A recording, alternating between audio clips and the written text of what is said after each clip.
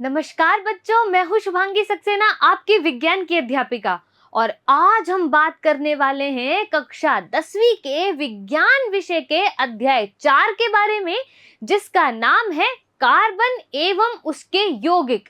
इस अध्याय में हम बात करने वाले हैं कार्बन और कार्बन में आबंध के विषय में, कार्बन की सर्वोत्तमुखी प्रकृति के विषय में, हाइड्रोकार्बन और प्रकार्यात्मक समूहों के विषय में, कार्बन के रासायनिक गुणों के विषय में बात करने वाले हैं और हम समझने वाले हैं कार्बन के महत्वपूर्ण यौगिकों को, साबुन और अपमार्जक को, पाठ्य प्रश्न और हम अंत कर देंगे इसका अभ्यास प्रश्न पर। तो चलिए शुरू करते हैं अध्याय 4 का भाग 1, जिसका नाम है कार्बन और कार्बन में आबंध। तो चलिए शुरू करते हैं अध्याय 4 का भाग 1, जिसका नाम है कार्बन और कार्बन में आबंध। और सबसे पहले समझते हैं भाई ये कार्बन जो है वो है क्या। तो हमने पढ़ी थी, क्या पढ़ी थी भाई, आवर्त सारणी जो है वो हमने यहाँ पर पढ़ी थी। और हमें पता है कि जो आवर्त सारणी होती है उसमें छठे नंबर पर जो आता है वो होता है आपका कार्बन। भाई कार्बन के अंदर क्या होगा, जो इलेक्ट्रॉन है वो कितने हो जाएंगे आपके, 6 इलेक्ट्रॉन हो जाएंगे। प्रोटॉन जो है वो भी आपके पास 6 हो जाएंगे। न्यूट्रॉन जो है वो भी कितने हो जाएंगे भाई, 6 हो जाएंगे। और कार्बन का परमाणु क्रमांक तो 6 है ही सही, साथ में कार्बन का जो द्रव्यमान है कितना हो जाएगा भाई, 12। अब ये जो कार्बन है आपका, ये बहुत ही महत्वपूर्ण तत्व है, क्योंकि क्या होता है हर जगह कार्बन उपस्थित है। भाई कैसे उपस्थित है कि जितनी भी चीजें जलती हैं उन सब में क्या होता है, कार्बन। हमने बात की थी कि जलाने के लिए कौन सी गैस सहायक होती है, ऑक्सीजन। तो जब वो जलाती है, तत्व जलता है और वस्तु जलती है, तो उसमें क्या होता है, आपका कार्बन उपस्थित होता है। भाई आपके कपड़ों में कार्बन होता है, आपकी वस्तुओं में कार्बन होता है, किताबों में कार्बन होता है, पशु पक्षियों में कार्बन होता है, पेड़ पौधों में कार्बन होता है, जानवरों में कार्बन होता है, हमारे शरीर में भी क्या होता है भाई, कार्बन होता है। तो कार्बन जो है वो आपको सब जगह दिख जाएगा, सब जगह कार्बन जो है आपका होता है। इसका मतलब कार्बन क्या है, महत्वपूर्ण तत्व है। तो भाई आवर्त सारणी में परमाणु क्रमांक 6 जो है वो आपका कार्बन है। और कार्बन आपकी क्या है, एक अधातु है। भाई क्या है, ये एक अधातु है। ठीक, प्रतीक क्या हो गया कार्बन का, सी जो है हम इसको प्रतीक कहते हैं। भाई कार्बन का जो संकेत है वो क्या हो जाएगा, सी हो जाएगा। बात यहां तक समझ में आ गई है। ये है कार्बन का छोटा सा परिचय कि भाई कार्बन जो है वो होता क्या है। तो समझ लेते हैं। भाई ये जो कार्बन है, ये देखिएगा आप यहाँ, इसका ये जो है वो क्या है, परमाणु क्रमांक है, जो कि कितना दिया है हमारे पास, 6 दिया है। 12 जो है वो इसका द्रव्यमान है कि कार्बन का जो भार है वो कितना है भाई, 12 है। तो आप देखो प्रोटॉन जो है वो 6 है, तो ये जो आपको धनावेशित दिख रहे हैं वो कौन है, प्रोटॉन है। और जो ऋणावेशित है वो कौन है भाई, इलेक्ट्रॉन। और जो उदासीन होते हैं वो आपके कौन है, न्यूट्रॉन है। तो हमें पता है कि नाभिक के अंदर कौन होते हैं भाई, न्यूट्रॉन होते हैं और प्रोटॉन होते हैं। और कक्षकों में जो चक्कर लगाते हैं वो इलेक्ट्रॉन होते हैं, जो कि कैसे हैं, ऋणावेशित। तो प्रोटॉन की संख्या कितनी, 6। न्यूट्रॉन की कितनी हो गई, 6। इलेक्ट्रॉन की कितनी हो गई, 6। और आपका परमाणु क्रमांक भी कितना हो गया, 6। पर द्रव्यमान कितना हो गया, 12। अब आप देखिएगा कि इसका जो आंतरिक कोश है उसमें 2 इलेक्ट्रॉन है और बाह्य कोश के अंदर 4 इलेक्ट्रॉन है। तो विन्यास क्या हो गया है इसका, 2 और 4 इसका क्या हो गया भाई, विन्यास हो गया। बात समझ में आ गई। इलेक्ट्रॉन, प्रोटॉन, न्यूट्रॉन परमाणु क्रमांक, इलेक्ट्रॉनीय विन्यास और द्रव्यमान तक हमने क्या कर ली है, बात कर ली है। अब ये जो कार्बन है ये क्या है भाई, अधातु है एक तरीके की, प्रतीक इसका C है और परमाणु क्रमांक इसका क्या है भाई, 6 है। तो यहां तक तो कोई समस्या नहीं है, यहां तक तो हमने बात की है। ये बात भी की है कि भाई आंतरिक कोश में 2 इलेक्ट्रॉन हैं और बाह्यतम कोश में 4 इलेक्ट्रॉन हैं। बाह्यतम कोश मतलब हो गया, संयोजकता कोश में कितने इलेक्ट्रॉन हो गए भाई, 4 इलेक्ट्रॉन हो गए। इसका मतलब इसकी जो संयोजकता है वो कितनी हो गई भाई, 4 इसकी संयोजकता हो गई। यानी ये कैसा हो गया है, चतुसंयोजक हो गया है। 4 संयोजकता ये क्या करता है, प्रदर्शित करता है। तो देखिए कार्बन का जो इलेक्ट्रॉनिक विन्यास है 2 और 4 है, संयोजकता 4 है, अतः ये क्या है, चतुसंयोजक होता है। अब कार्बन क्या है, निर्जीवों में भी मिलता है, सजीवों में भी मिलता है। भाई हमने बात करी हर वो चीज जो जलती है वो क्या है, कार्बन। अब आप कहोगे कि मैम मैं उससे जलता हूं या वो मुझसे जलती है, तो कार्बन है, बिल्कुल भाई आपके शरीर में भी क्या है, कार्बन की मात्रा उपस्थित है या नहीं, तो भाई आप में भी क्या है, कार्बन उपस्थित है। और आप देखिए कि पृथ्वी की जो भूपर्पटी है उस पे जो कार्बन का प्रतिशत है भाई, जो खनिज हमें मिल रहे हैं उन खनिजों में कार्बन का जो प्रतिशत है वो 0.02% है और वायुमंडल में उपस्थित कार्बन डाइऑक्साइड में 0.03% जो है ये प्रतिशत में उपस्थित है हमारे पास। यानी कार्बन जो है वो भूपर्पटी पर तो कितने प्रतिशत है, 0.02%, और वायुमंडल में जो कार्बन डाइऑक्साइड है उसमें कार्बन का जो प्रतिशत है वो 0.03% है। भाई बात समझ में आ गया। अब चूंकि ये चतुसंयोजक है इसलिए ये क्या करता है, सहसंयोजक बंध बनाने की प्रकृति रखता है। कौन से बंध बनाने की प्रकृति रखता है, सहसंयोजक बंध बनाने की प्रकृति रखता है। और कार्बन के क्या पाए जाते हैं भाई, अपरूप। और ये तो हम बचपन से पढ़ते आ रहे हैं कि कार्बन के 3 अपरूप होते हैं, हीरा, ग्रेफाइट और फुलरिन।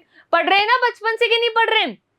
पर आज हम बात करने वाले हैं कि ये जो अपरूप होते हैं ये क्या होते हैं।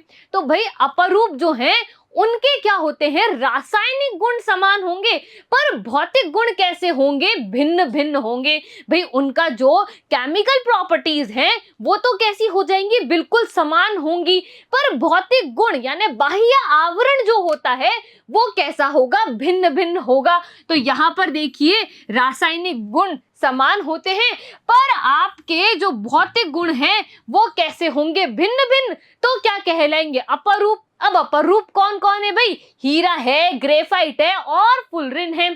तो भाई हमने पढ़ा है कि ये जो हीरा होता है ये क्या होता है, बहुत कठोर होता है क्योंकि एकल बंध से बंधित होता है। कैसे बंधित होता है भाई, एकल बंध से बंधित होता है। आपका एक कार्बन जो है वो अन्य कार्बनों के साथ बंध बना लेता है। तो एक कार्बन जो है अन्य 4 कार्बनों से बंध बना लेता है। अकेला बंध बनाता है यानी एकल बंध बना रहा है, तो मजबूत बंध बना रहा है, कोई लूप नहीं है, इसलिए कठोर होता है। कैसा होता है भाई, कठोर होता है। तो आप ये देखिएगा ये जो हीरा है आपका वो सर्वाधिक कठोर पदार्थ है। कैसा है भाई, कठोर। और जब ये बंध बना रहा है तो ये त्रिविमीय संरचना बना लेता है। कैसी संरचना है भाई, 3D स्ट्रक्चर बना लेता है। और हम देख लेते हैं, ये रही आपकी 3D स्ट्रक्चर। तो आप ये देखिए कि ये रहा आपका एक कार्बन और ये अन्य 4 कार्बनों से जुड़ा है। तो एक कार्बन ये रहा, ये रहा, ये रहा।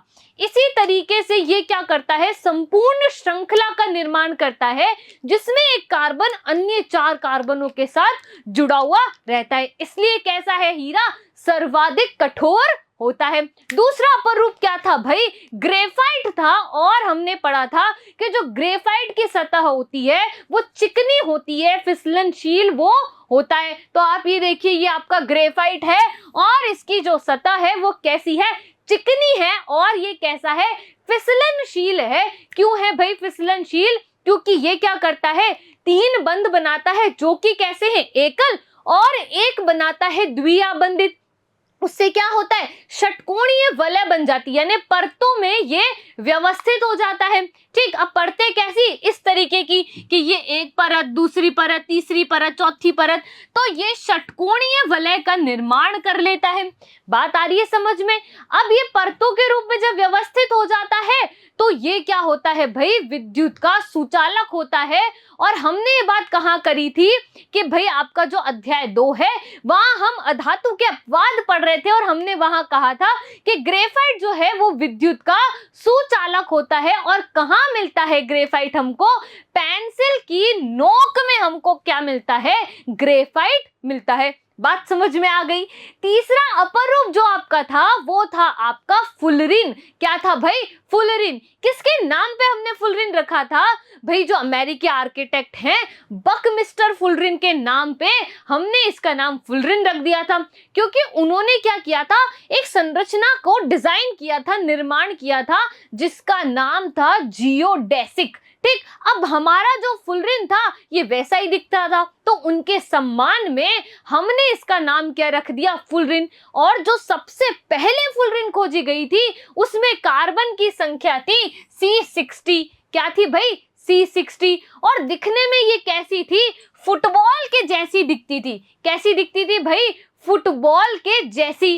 अब जो जियोडेसिक गुंबद है वो कैसा दिखता है भाई, वो बिल्कुल ऐसा दिखता है। तो ये देखिए, ये और हमारी फुलरिन की संरचना कैसी दिख रही है, समान दिख रही है, इसलिए उनके सम्मान में इसका नाम हमने क्या रख दिया था, फुलरिन रख दिया था। क्या रख दिया था भाई, फुलरिन रख दिया था। बात आ गई समझ में? अब हमने बात की है कि ये जो आपका कार्बन है ये सहसंयोजक बंध बनाता है, और हम अध्याय 3 के अंदर पढ़ के आए हैं आयनिक बंधों के विषय में। यानी बंध जो है वो कितने प्रकार के हो गए भाई, आपके पास आयनिक बंध हो गया और सहसंयोजक, यानी 2 प्रकार के बंध हमारे पास हो गए हैं। क्लियर चल रहा है अभी तक? अब होता क्या है आयनिक और सहसंयोजक बंध में भाई, जो सबसे प्रमुख मुख्य अंतर होता है वो है कि आयनिक बंध जो है उसमें इलेक्ट्रॉन का स्थानांतरण होता है। भाई याद रखना है कि क्या हो रहा है, स्थानांतरण हो रहा है। किसका स्थानांतरण होता है, यहाँ पे इलेक्ट्रॉन का स्थानांतरण होता है। ठीक, लेकिन आपका जो सहसंयोजक बंध है, कोवेलेंट बॉन्ड है, इसमें स्थानांतरण नहीं होता। इसमें क्या होता है, साझा होता है, शेयरिंग होती है, पार्टनरशिप होती है। बात आ गई भाई समझ में? यानी क्या होगा, आयंस में तो ये होता है कि भाई इसने अपना दिया और इसने अपना दिया, तो ये दोनों क्या करेंगे, अपना अपना लेके चले जाएंगे। पर शेयरिंग में या सांझे में क्या होगा, एक ही होगा, ये इसका भी होगा और इसका भी होगा। अभी समझेंगे हम कैसे। तो पहले बात कर लेते हैं इन दोनों में अंतर क्या क्या है भाई, कौन की परिभाषा क्या है और कौन क्या बताता है हमको। तो चलते हैं अंतर की तरफ। आयनिक बंध और सहसंयोजक बंध में अंतर। भाई अब जो आयनिक बंध हैं आपके, वो कहते हैं कि हम जो है अधातु और धातुओं के मध्य निर्मित होंगे। ठीक, यानी क्या होगा, धातु से इलेक्ट्रॉन कहाँ चला जाएगा, अधातु की तरफ चला जाएगा, तो इलेक्ट्रॉन का स्थानांतरण हुआ कहाँ पे, धातु से अधातु की तरफ, तो क्या हो गया, आपका आयनिक बंध का निर्माण हो गया। पर सहसंयोजक बंध कहते हैं नहीं, ऐसा नहीं होगा हमारे बीच। हम क्या करेंगे भाई, ना इलेक्ट्रॉन ग्रहण करेंगे ना हम दान करेंगे, हम क्या करेंगे, साझा करेंगे, शेयर करेंगे, पार्टनरशिप करेंगे इलेक्ट्रॉन की, और क्या बनाएंगे, कोवेलेंट बॉन्ड बनाएंगे, यानी सहसंयोजक आबंध ये निर्मित करेंगे। ये बन रहा है आयनिक बंध जो है वो बनता है धातु और अधातु के मध्य। लेकिन सहसंयोजक जो बंध है अधातु और अधातु के मध्य। अब जब धातु और अधातु के मध्य बंध बना तो आयनिक, और अधातु अधातु के मध्य बना तो आपका सहसंयोजक बंध। दूसरा बिंदु देखो, यही कह रहा है धातु अधातु के बीच तो आयनिक बंध है और दो अधातुओं के बीच कौन सा है, सहसंयोजक बंध बन रहा है। तीसरा पॉइंट कहता है अणुओं का कोई निश्चित आकार नहीं होता है, क्योंकि कैसी संरचनाएं हैं, जालक नुमा संरचनाएं हैं। पर सहसंयोजक बंध कहते हैं हमारा जो आकार है वो कैसा है भाई, निश्चित है। अगला बिंदु कहता है आयनिक बंध में कि विद्युत के और ताप के चालक होते हैं, और हमने देखा भी था कि जब आयनिक बंध बनता है आयनों में विभक्त हो जाते हैं, विद्युत और ताप के सुचालक होते हैं। लेकिन सहसंयोजक बंध में क्या होता है, विद्युत की कोई चालकता नहीं होती और ताप की चालकता भी कैसी होगी, कम होगी भाई। कैसी होगी, यहाँ पर कम हो जाएगी, यही लिखा हुआ है। नेक्स्ट हम देख रहे हैं कि भाई सामान्यतः जो आयनिक आपके आबंध हैं उनका गलनांक उच्च होता है, लेकिन सहसंयोजक आबंध का जो गलनांक है वो कैसा होगा, कम होगा। अब चूंकि आयनिक आबंध का गलनांक उच्च है, इसका मतलब जल में कैसे है भाई, घुलनशील हैं, और आपके सहसंयोजक जो आबंध हैं जल में कैसे हैं, कम घुलनशील होते हैं। भाई कैसे होते हैं, कम घुलनशील होते हैं। आयनिक आबंध क्या है भाई, आयन है, इसीलिए कैसे होंगे, ठोस। ये तो आयन नहीं है, तो ये गैस भी हो सकते हैं, ठोस भी हो सकते हैं, द्रव भी हो सकते हैं। बात आ गई यहां तक समझ में। यानी अपने को याद रखना है कि आयनिक बंध में आयन बनेगा, धातु से इलेक्ट्रॉन अधातु की तरफ जाएगा, लेकिन सहसंयोजक बंध में क्या होगा भाई, साझा होगा इलेक्ट्रॉन का किसके मध्य, अधातु से अधातु के मध्य। क्लियर हो गया। चलिए आगे चलते हैं और समझते हैं कार्बन में आबंध के विषय में। भाई हमने पढ़ा कि कार्बन जो है वो सहसंयोजक बंध का निर्माण कर रहा है। कौन सा बंध बना रहा है, सहसंयोजक। कैसे बना रहे हैं वो अभी देख लेते हैं। भाई देखो, कार्बन का जो परमाणु संख्या है या परमाणु क्रमांक कितना हो गया, 6 हो गया। ये तो हमें याद हो गया, हुआ कि नहीं हुआ यार, ठीक। अगला देखो, कार्बन का इलेक्ट्रॉनिक विन्यास जो है वो है 2 और 4। यानी बाह्यतम कोश के अंदर कितने इलेक्ट्रॉन दिख रहे हैं आपको, भाई बाह्यतम कोश में या संयोजकता कोश में कितने इलेक्ट्रॉन हो गए हैं, 4 इलेक्ट्रॉन हो गए हैं। अब भाई इसको क्या करना है, अष्टक का नियम पूर्ण करना है। भाई अष्टक का नियम पूर्ण करते ही, अष्टक का नियम पूर्ण करना है, तो पूर्ण करने के लिए कितने इलेक्ट्रॉन चाहिए होंगे, 8 इलेक्ट्रॉन चाहिए होंगे। इसके बाह्यतम कोश में कितने इलेक्ट्रॉन होते हैं भाई, आपको पता है 4 इलेक्ट्रॉन होते हैं। तो आवश्यकता कितने इलेक्ट्रॉन की है इसके पास, 4 इलेक्ट्रॉन की इसको और आवश्यकता है। अब आप बताओ कि भाई 4 इलेक्ट्रॉन कोई या तो ये ले ले 4 इलेक्ट्रॉन या फिर ये दे दे 4 इलेक्ट्रॉन। तो भाई ऐसा संभव नहीं है कि ये चारों इलेक्ट्रॉन दे दे या फिर 4 इलेक्ट्रॉन किसी से ले ले, क्योंकि क्या है, इसका जो नाभिक है उसमें कौन है भाई, प्रोटॉन। और प्रोटॉन कैसे हैं, धनावेशित। भाई ये इसका नाभिक है जहां 6 प्रोटॉन हैं और ये प्रोटॉन धनावेशित है। अब अगर ये 4 इलेक्ट्रॉन क्या करेगा, दे देगा, तो यहां पर कितने रह जाएंगे भाई, 6 प्रोटॉन और 2 इलेक्ट्रॉन रह जाएंगे। ऊर्जा जो होगी उसका क्या होगा, हास होगा, और नाभिक इतना हास जो है वो सहन नहीं कर पाएगा। तो क्या कहेगा, भाई नहीं देने हैं इलेक्ट्रॉन। अब भाई ले लो चलो इलेक्ट्रॉन। अब अगर ले लेंगे इलेक्ट्रॉन तब भी क्या होगा, 6 प्रोटॉन होंगे लेकिन 8 इलेक्ट्रॉन हो जाएंगे, तब भी नाभिक क्या है, इतनी ऊर्जा जो है ग्रहण नहीं कर पाएगा।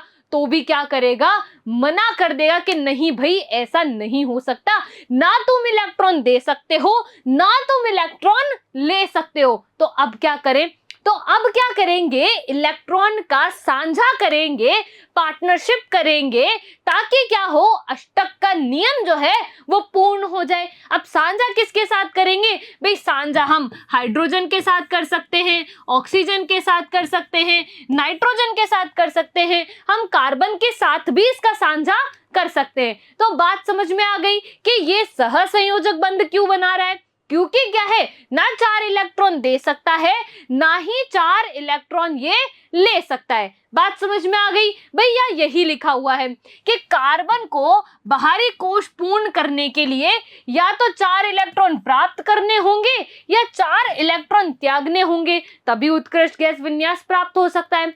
लेकिन 4 इलेक्ट्रॉन त्यागने पर कार्बन क्या होगा, धनायन बनेगा। बनेगा कि नहीं, दान किए तो धनायन, कितने दान किए, 4, 4 दान किए तो 4 धनावेश आ जाएगा, जिससे नाभिक में 6 प्रोटॉन और 2 इलेक्ट्रॉन हो जाएंगे। इस प्रक्रिया में अधिक ऊर्जा की आवश्यकता होती है, तो वो क्या होगा, नाभिक जो है सहन नहीं कर पाएगा। आ रही है बात समझ में? इसलिए नाभिक कहता है ना देना है ना लेना है, साझा कर लो सीधा सीधा और अपना अष्टक जो है वो पूर्ण कर लो। तो इसीलिए क्या होगा, परमाणुओं के साथ इलेक्ट्रॉन की साझेदारी करके अणु का निर्माण करके उत्कृष्ट गैस विन्यास यानी आपका अष्टक का नियम पूर्ण हो जाएगा। तो क्या होगा, ये स्थायी हो जाएगा। क्लियर हो गई भाई, सीधी सीधी गणित है, ना ये दे सकता है ना ये ले सकता है, क्योंकि नाभिक जो है वो इतना सक्षम नहीं है कि भाई वो इतनी ऊर्जा जो है वो इकट्ठी कर पाए या सहन कर पाए।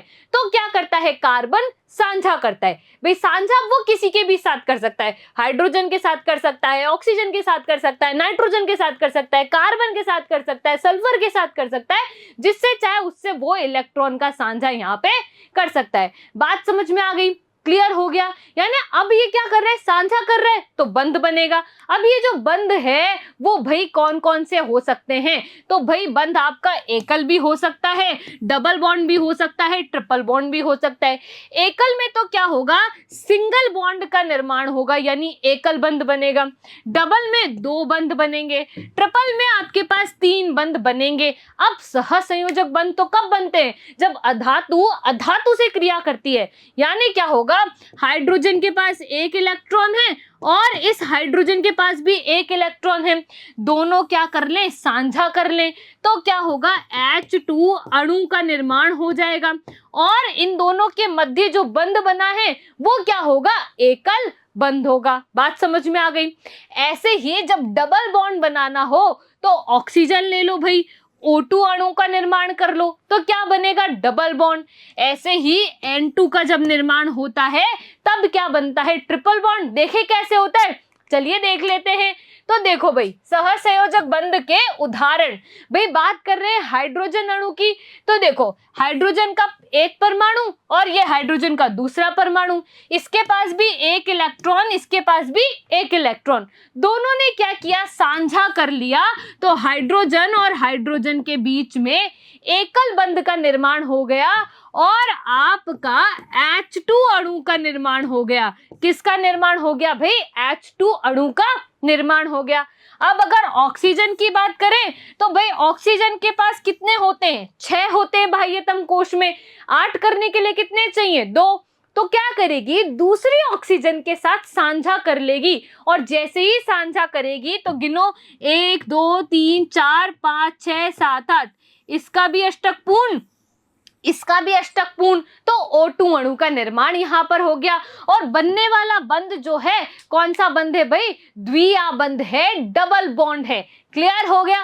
ट्रिपल बॉन्ड में क्या होगा भाई, नाइट्रोजन के पास देखो बाह्यतम कोश में 5 इलेक्ट्रॉन, कितने चाहिए इसको, 3 और चाहिए, तो क्या करेगा, 3 इलेक्ट्रॉन का साझा कर लेगा। जैसे ही साझा करेगा तो नाइट्रोजन परमाणु से नाइट्रोजन अणु का निर्माण यहां पर हो जाएगा। किसका निर्माण हो जाएगा, अणु का निर्माण हो जाएगा और क्या बन जाएगा, ट्रिपल बॉन्ड यहां पर बन जाएगा। क्लियर हो गई भाई, एकल बंध समझ में आ गया, द्विया बंध समझ में आ गया, त्रिया बंध समझ में आ गया।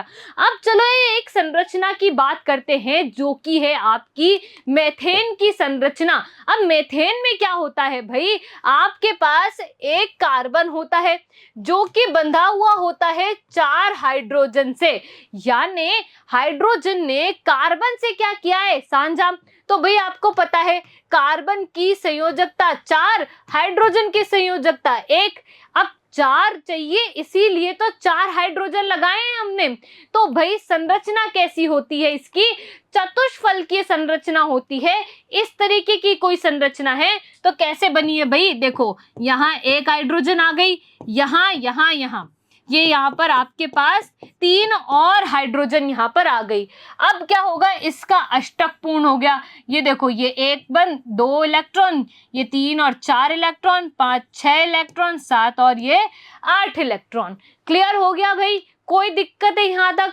तो इस वीडियो से हमने क्या क्या सीख लिया भाई? हमने सीख लिया कि कार्बन जो है वो क्या होता है, कार्बन में कौन कौन से बंध होते हैं, आपका आयनिक बंध और सहसंयोजक बंध कौन कौन सा होता है, दोनों में अंतर क्या होते हैं, कार्बन के अपरूप क्या क्या होते हैं और उनकी संरचना क्या होती है। तो चलिए दोहरा लेते हैं फटाफट से इस पूरे वीडियो को कि क्या क्या पढ़ लिया हमने। तो भाई सबसे पहले बात करी थी कार्बन की। तो कार्बन के अंदर आपका इलेक्ट्रॉन, प्रोटॉन, न्यूट्रॉन और परमाणु क्रमांक सब क्या होता है भाई 6, लेकिन द्रव्यमान क्या होता है 12। इसका इलेक्ट्रॉनी विन्यास क्या होता है 2 और 4, यानी 4 इसके पास इलेक्ट्रॉन है बाह्यतम कोश में। तो इसकी संयोजकता कितनी हो गई है, जल्दी सोचो, 4 इसकी संयोजकता हो गई, इसलिए ये क्या बनाता है, सहसंयोजी बंध ये बनाता है। भाई कार्बन का अपरूप, तो अपरूप की परिभाषा क्या थी, रासायनिक गुण समान और भौतिक गुण आपके कैसे होंगे अलग। हीरा, ग्रेफाइट, फुलरिन इसके क्या है अपरूप। हीरा सबसे ज्यादा कठोर होता है, एक कार्बन 4 कार्बनों से बंधा हुआ रहता है। ग्रेफाइट में एक कार्बन 3 से बंधा हुआ रहता है और एक डबल बॉन्ड होता है। फुलरिन का नाम किसने रखा, बकमिस्टर फुलर के नाम पे रखा था। भाई क्यों रखा था, क्योंकि उन्होंने जियोडेसिक गुंबद बनाया था जिसकी संरचना हमारे फुलरिन से मिल रही थी, तो हमने उनके सम्मान में इसका नाम क्या रख दिया, फुलरिन रख दिया। क्लियर हो गया। नेक्स्ट पढ़ा था कार्बन में बंध। तो भाई कार्बन सहसंयोजी बंध बनाने की प्रवृत्ति रखता है, क्योंकि बाह्यतम कोश में कितने इलेक्ट्रॉन होते हैं, 4 इलेक्ट्रॉन होते हैं। क्लियर चल रहा है। अभी हमने क्या बनाया था, मेथेन बनाया था। आयनिक बंध और सहसंयोजक बंध में अंतर भाई याद ये रखना है सिर्फ कि आयनिक बंध में आयन्स बनते हैं, इलेक्ट्रॉन का स्थानांतरण होता है, धातु से अधातु की तरफ जाते हैं, ठीक। लेकिन सहसंयोजक जो बंध है इलेक्ट्रॉन का साझा होता है, अधातु से अधातु की ओर बंध बनता है। क्लियर चल रहा है यहाँ तक, कोई दिक्कत है। आपका जो आयनिक बंध है भाई इसमें आयन बन रहे हैं, इसलिए जल में घुलनशील है, विद्युत का चालक है, ताप का चालक है। लेकिन आपके सहसंयोजक बंध में तो आयन नहीं बन रहे, इसलिए विद्युत का चालक नहीं है और ताप का भी कैसा है, कम चालक है। क्लियर हो गया। भाई आयनिक जो आपका बंध है ये कैसा होता है, कठोर होता है, ठोस होता है। लेकिन सहसंयोजक बंध कैसा होगा भाई, द्रव भी हो सकता है, ठोस भी हो सकता है, गैस भी ये हो सकता है। यहां तक बात समझ में आ गई। तो अब चलते हैं प्रश्नों की तरफ के क्या कहते हैं हमारे प्रश्न। पहला प्रश्न है, चलिए देखते हैं क्या कह रहा है। CH4 की जो संरचना है वो क्या होती है भाई, अभी हमने ये संरचना बनाई है और ये संरचना होती है भाई चतुष्फलकीय। कैसी होती है, चतुष्फलकीय। तो भाई टिक कर दो चतुष्फलकीय पर। अब चलते हैं प्रश्न संख्या 2 पर। और क्या है 2, कार्बन के बाह्यतम कोश में इलेक्ट्रॉन की संख्या कितनी होती है भाई, इतनी देर से बोल रहे हैं कि बाह्यतम कोश में 4 इलेक्ट्रॉन होते हैं, इलेक्ट्रॉन विन्यास 2 4 होता है, चतुसंयोजक है। तो यहां पर क्या होगी भाई 4 आ जाएगा कि बाह्यतम कोश में कितने इलेक्ट्रॉन है, 4 है। चले प्रश्न संख्या कितनी 3 की तरफ। क्या है देखें, अधातु और अधातु के मध्य सहसंयोजक बंध का निर्माण होता है। सही कथन है क्या भाई, हाँ भाई सही है। क्यों भाई, क्योंकि धातु से जब अधातु की तरफ जाते हैं तो इलेक्ट्रॉन का स्थानांतरण होता है और आयनिक आबंध बनता है, पर अधातु और अधातु के मध्य आपका इलेक्ट्रॉन का साझा हो रहा है, इसलिए क्या बन रहा है, सहसंयोजक बंध का निर्माण हो रहा है। बात समझ में आ गई। अब हम आपसे मिलेंगे इसके अगले भाग में। धन्यवाद।